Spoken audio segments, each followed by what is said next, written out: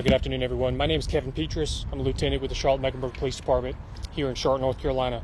I appreciate your patience this afternoon as we have worked through this situation that we've been dealing with today. There's no doubt that our Charlotte community has experienced a tragedy today. And it's one that, as a law enforcement community, we always know is possible, but we never expect. It never gets easier. We're going to do our best to answer your questions today, to provide details, to be transparent about the events of this afternoon. But I do implore you to understand that we're dealing with tragic loss of life today. And that loss of life is very fresh. There's details that we do not know. There's questions that we frankly just aren't going to be able to answer. We will take your questions, but first, the Chief of Police for the Charlotte-Mecklenburg Police Department, Johnny Jennings, is going to come and give you some information and share his thoughts. I'll spell that for you. Johnny is Johnnny. Last name is Jennings, Jennings. After Chief Jennings, the mayor of the city of Charlotte, Vi Lyles, is going to come and share her thoughts. Vi, V-I, Lyles, Lyles. Chief. Thank you, Lieutenant. Today's an absolute tragic day for the city of Charlotte and for the profession of law enforcement. Today we lost some heroes that are out to just simply trying to keep our community safe. I'm going to try to go through a series of events of how this all occurred and played out, and then tell you a little bit more about the injuries and the things that we had to endure today as a profession and as a city. So about 1:30 p.m. this afternoon, the US Marshals Fugitive Task Force went to the 5000 block of Galway Avenue in an attempt to serve a warrant on an individual for possession of firearm by a convicted felon. When they approached that individual, they were met with gunfire. Officers returned gunfire and struck the victim, who was later pronounced deceased in the front yard of the residence.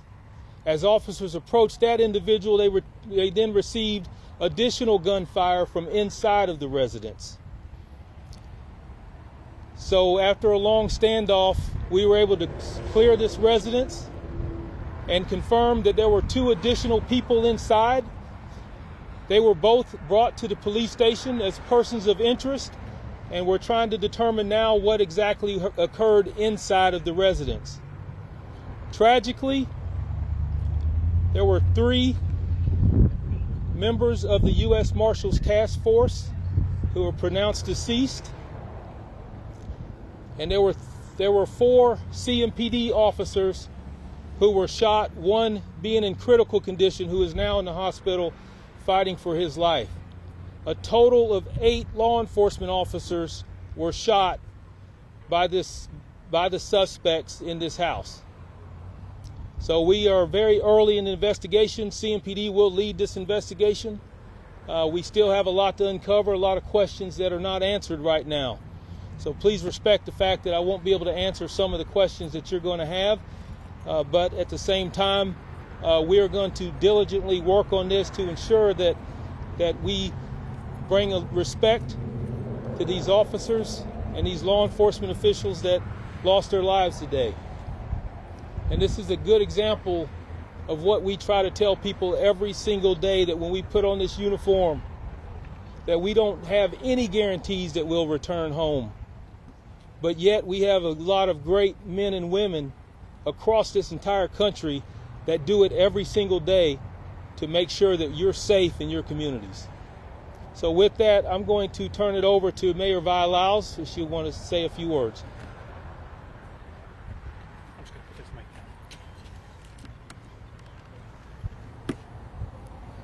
You never know what your day is going to be like. You can't plan things like this to be in this space at this time. We've lost 3 people. They lost their lives after they gave us the opportunity to be in a safe place, and they lost their lives. These are people that care deeply about what they've done for a profession, and now today we have to say to them how much we are grateful for what they have done. We won't know very much about what happened until their investigation is done. But I know this about our community. Our community stands up for people. They stand up for all of the people that work for us, that make it possible, all of our officers. If you had a little bit of problem driving around today, I don't think anybody was too worried about that, because we know that there is a reason for this, and there's a reason that everything happens, and sometimes we don't understand it. But at this point, I know that this community will seek understanding. I know that our police department will seek understanding. I want to say this. We're very, very much grateful. Today I heard from the White House about the loss of our officers and the situation that we were having to adjust to. I've heard from Congresswoman Adams as well as Congressman Jeff Jackson.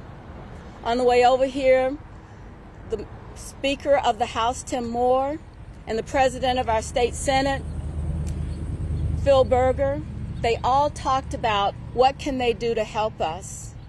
Now, we may not know what help we need right now today, but we do know that when people reach out to say this is something that is important that has happened,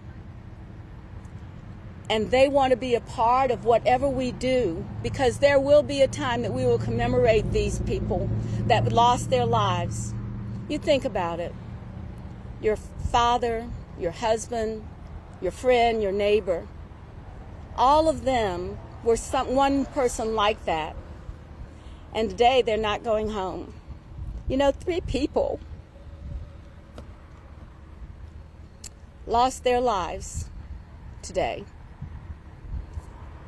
And the most that I can ask of our community is that we honor and respect them for all the work that they've done, all the work that we will do to make it possible for our city to be safer. Every one of us wants to be in a situation where you get up this morning and get to come back home. And someone didn't today. Keep your prayers, keep your faith. Make sure that these officers who have families have people to reach out and hold them up, because they will need this.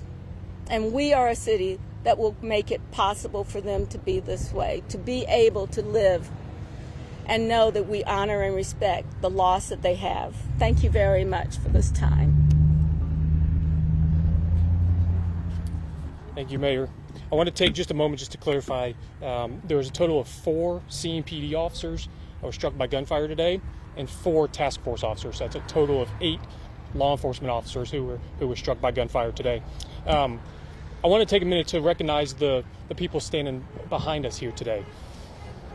The first responder community, the government organizations that stand behind me. This is a community within the community, and it's incredible the bond that we have, and it's demonstrated in no other way like it is in moments of crisis and in moments of tragedy like the one that occurred today. So to recognize the people that are with me today, we have the Charlotte Fire Department, Medic, Department of Homeland Security, Federal Bureau of Investigation, Department of Alcohol, Tobacco, Firearms, US Marshals, Mecklenburg County District Attorney's Office, North Carolina Highway Patrol, and I sure hope I didn't leave anybody off the list. But for on their behalf, I want to thank you for being here, and on behalf of all the men and women that they represent who answer the call, especially when tragedy strikes, I want to thank them.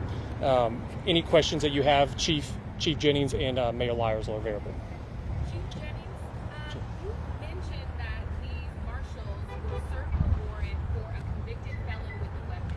Yes. Knowing that they're going into a situation where they know that someone has a weapon, how does that change the way that they respond, if at all?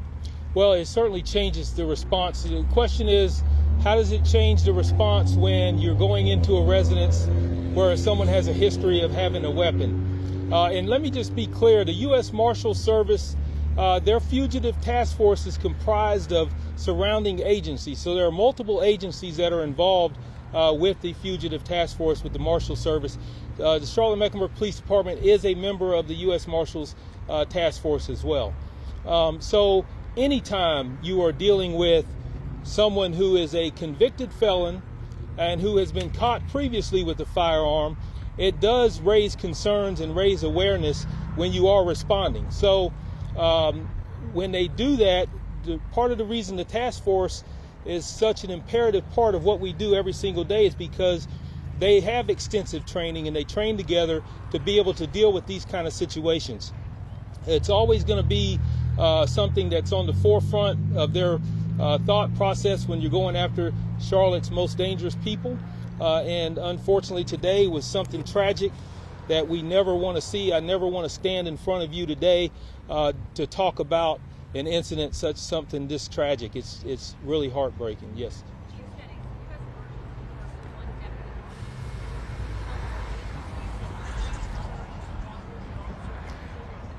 You know, I'm not ready to tell you all of the agencies. What I can confirm is that 4 CMPD officers were shot.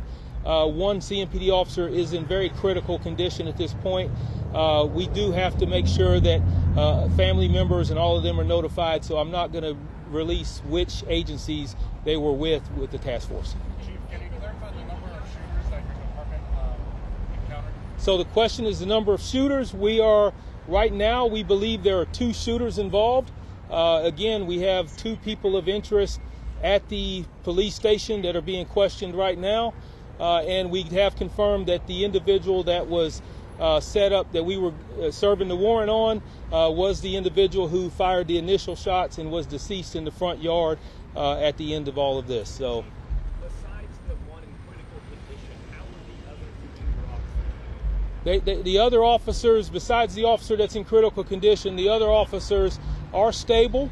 The degree of injuries are varying, anywhere from a grazed wound to a wound that requires a little bit more attention, but they are stable and expected to be okay. And can you say if any of your officers who are shot in this, were they responding patrol officers? Were they SWAT officers? Yes, I can confirm that we do have a sergeant who is assigned to the task force who was on the scene. That officer immediately called for help. The 3 officers or the 4 officers that were shot are officers who were responding to the scene. Chief Jennings, I'll get to you. Yes, sir. with Yes. the scene, can you just tell us what firearms these suspects had, and when you were able to get into that house, were there any other firearms that were found? That's still early to tell. Right now, we're still doing the investigation in the house. I can tell you it was a high-powered rifle that was involved on the suspect end. Yes, sir. First of all, my thoughts and prayers are with you and Thank you. the US Marshals. What can you say about the bravery of the officers who responded to the scene, knowing that their brothers and sisters in blue were actively being shot at? Thank you for that question. So the bravery of our officers that responded to the scene, knowing that they're going into gunfire, is what I've been saying for many years, is in the face of danger, our people step up, and this profession steps up, and that's what we should be defined as doing, because they knew what they were going into and still held their own in attempt to apprehend this suspect. They knew that they had officers that needed help, that needed to be extracted from that location, yet they went in, some getting shot themselves as a result. So the bravery, the heroism, everything that goes down with that defines what our profession is, our people demonstrated that today, and I couldn't be more proud of the response. I couldn't be more proud of the partnerships that we have at every single level of law enforcement, every single level of public safety. I can't say enough about the phone calls, the text messages, the support, and as you heard Lieutenant Petrus say, or the mayor say, that a lot of it is, what do you need? How can we help? And it just, in times like this, that's exactly what we need in these situations. Chief, in terms of other surrounding areas, law enforcement agencies, can you talk about how many, maybe from other counties helped out or federal law enforcement agencies helped out? Yeah, so the question is how many other agencies are with the Fugitive Task Force or just responded? So the Fugitive Task Force, I don't have the exact numbers. With Charlotte has one member on the Fugitive Task Force as a sergeant, but mainly the surrounding agencies within our surrounding cities and towns are members of that, and we can get you those numbers exactly who's involved. That actually helped out responding to this, whether it was Gaston County providing their Bearcat or whatever. Yeah, so the officers who responded to help out, all the federal agencies were on the scene with me, and state agencies, the Mecklenburg County Sheriff's Office was there as well. We had agencies from Pineville to different towns within our county. They sent officers in to answer our calls for service, because we obviously, you can imagine the manpower needs that it was to secure that scene and to do the transports. So they were very helpful to ensure that we did not let our citizens down in responding to those calls for service, and they were very helpful in that. So. Chief, were there any children in the house at the time of this, while the warrant was being served? No children in the house. There was one juvenile that we did get out of the house, though. Yes. You said the suspect used a high-powered rifle. Can you provide any information on what type of ammunition was used by the suspect or suspects? Not right now. The type of ammunition, that's still part of the investigation. All of that will have to be looked at as far as when we get into the house. Also recover any projectiles that might have been taken out as treatment to the officers. So there's a lot that we still have to uncover. We're not there yet. Chief, can you speak to the choice of the time to execute this warrant? Given that there were schools in session, was that taken into consideration as to whether this was an appropriate time? So the question is whether this was an appropriate time to serve a warrant. I will tell you. Hold on.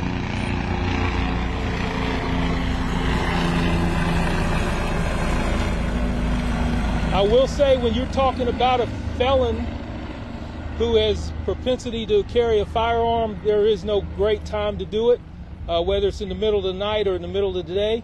The interest in the Fugitive Task Force was to ensure that this person was brought to justice and taken off the streets.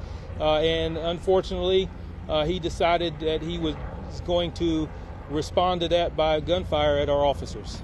Yes, ma'am. Do you have any prior histories or calls regarding this place of residence? I do not right now, but the history of this residence, the history of the individual, all of that will be released very soon. We're going to try to get that information out.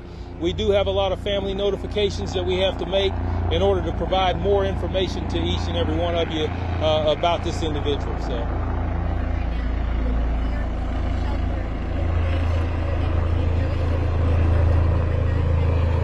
Yeah, so the question is right now, is the shelter in place open? Is the area okay to go back to normal duties? Yes, we're going to be at the residence processing the crime scene probably for several hours. But as far as the lockdowns and closure of roads and all of that, we have opened that back up. The house has been secured, our officers have been cleared, and now comes the tedious task of ensuring that we collect the evidence and process the scene. Yes. I just wanted to confirm with you. You said one suspect was shot in that front yard. You mentioned there were two more people inside that house that are now in custody. Are one Yes. of those two people the additional shooter, or was there a second victim, or one of those suspects that was shot? Yeah, so the question is about the two other individuals who came out of the house later. I can't confirm right now which one or if either are the suspects in the additional shots that were fired.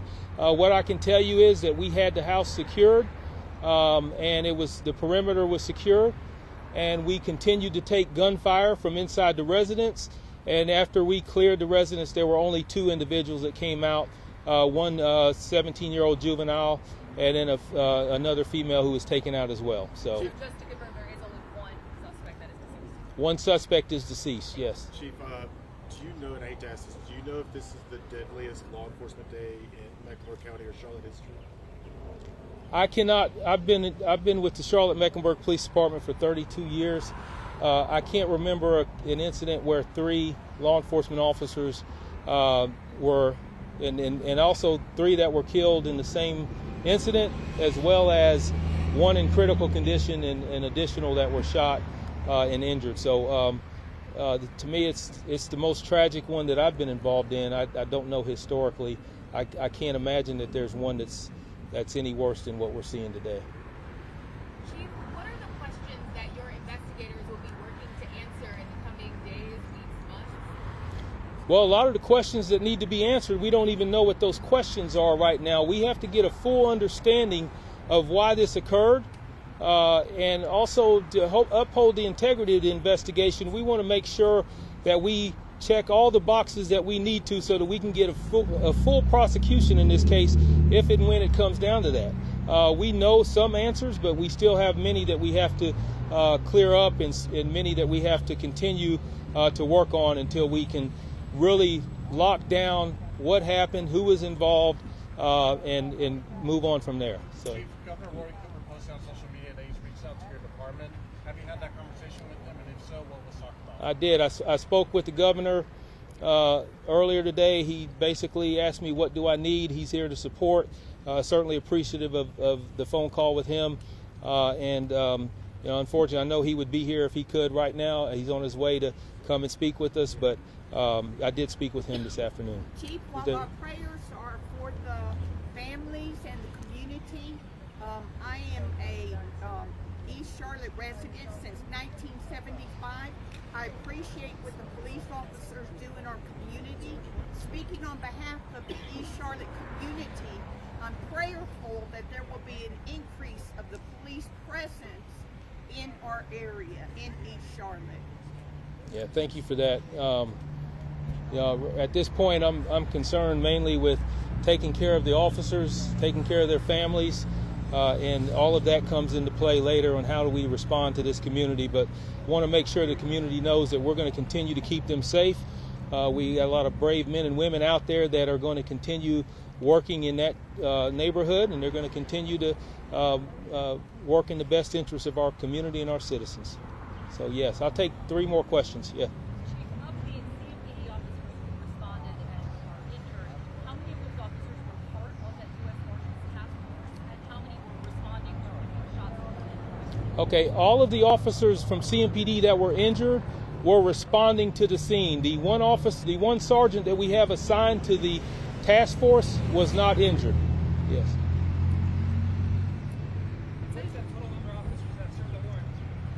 I don't know how many total officers were there serving the warrant, so I don't have that. That's from the US Marshals Task Force, that they had a contingency of their task force out there doing this warrant service.